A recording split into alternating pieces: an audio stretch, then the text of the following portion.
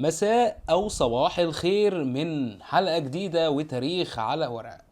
حلقتنا النهاردة برعاية لو لعبت يا زهر واتبدلت الأحوال، أو ليه يا دنيا بتحط على جرح كلونيا. طبعا أنا مش بهزر، من الآخر كده الحظ إيه والحظ ليه، هنعرف كل حاجة.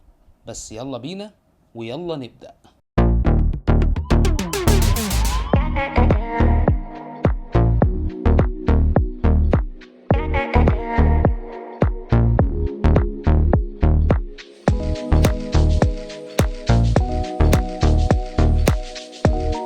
حلقتنا النهاردة صغيرة وبتتكلم على موضوع مهم.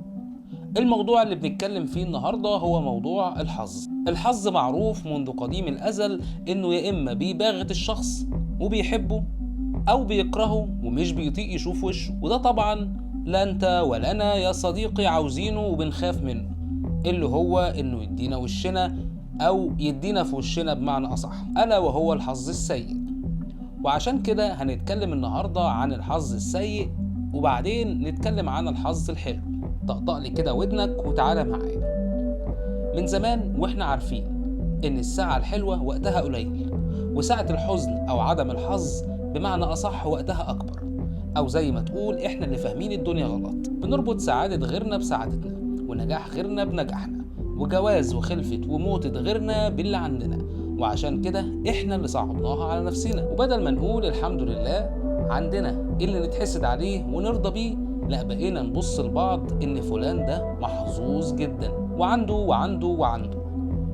ده طبعا مش حاجة حلوة، مع انك لو عشت تجربة معاناته مش هتستحمل. وكمان انت ما حكمتش على اللي في ايده ده نتاج ايه وهيتحاسب عليه ازاي. هتقولي ازاي؟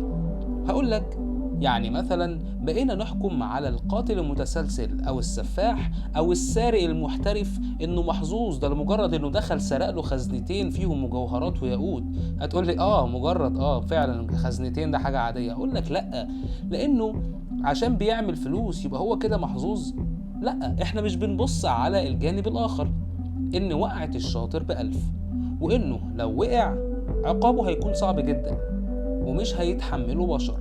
طبعا انا بتكلم على سجن مؤبد او اعدام، وانا هنا بتكلم عن نصيبه اللي هياخده في الدنيا بس، ماليش دعوة بقى بالاخرة دلوقتي، لان انا بكلمك في حظه اللي هياخده في الدنيا اللي انت بتبص له اصلا وبتقول عليه محظوظ. وبقينا نحكم كمان على اللي ملناش دخل بيه بانه حظ. يعني مثلا فلانة عندها 3 ولاد وانا بخلف بنات بس. كلام بقى ليه للستات، ستات البيوت اللي بتبص فعلا لده. وانا عن تجربة شخصية اعرف واحدة فضلت تخلف 3 بنات، وعشان تجيب الولد لما ربنا رزقها بولد ووراه ولد تاني بسم الله ما شاء الله، بس بعد ايه بقوا 5 عيال وما بقتش تستحمل الولدين. ده لان ببساطة شديدة احنا بنبص على حاجة ملناش دخل بيها. ممكن ربنا يديك اللي انت عايزه، بس يديهولك بشكل حكمة تعرف فيها ان انت لو كنت رضيت باللي معاك ما كانش حصل لك اللي حصل. وده يرجعنا لنقطة تانية. او فلان شكله حلو وعينه خضرة وطويل، وانا اتولدت اصلع بالوراثة وقصير. طب يا عم زعلان ليه؟ هو ده اللي شغلك واللي مضايقك؟ لا خالص. انا شايف ان احنا اتخلقنا في الدنيا دي اشكال والوان علشان ما نبقاش مملين. دي وجهة نظري انا، تمام؟ وده على فكرة الصح. وبنتدخل في شؤون ربنا وبنقول ان ده حظ الناس دي، اللي هو واحد اتولد حلو وطويل وانا اتولدت اصلع وقصير، وبنت اتولدت حلوة وجميلة وانا اتولدت مش عارف ايه. مش عايزين نتكلم بقى. لكن حقيقة الأمر كل الأشياء دي هي اللي خلتنا نعيش أجواء التعاسة، وعشنا أجواء التعاسة دي أكبر وقت ممكن من حياتنا، لأننا سلمنا نفسنا للشيطان وقلنا له فعلا عندك حق، مع إنه أصلا عارف الصح بس بيسوحنا احنا. وغرضه الأساسي إزاي تكتئب وتفضل مكانك مش بتتحرك، إزاي تكون فاشل بدون روت. بس على مين؟ الناس القنوعة اللي زيك يا صديقي المتابع كان ليهم رأي تاني وشافوا ان الحظ موجود فعلا، وان كمان الديانات السماوية معترفة بيه. فمثلا في الإسلام لا نرى حرجا في كلمة محظوظ، وإن ده محظوظ يعني صاحب الحظ أو ذو حظ، وده مفيش فيه حرج.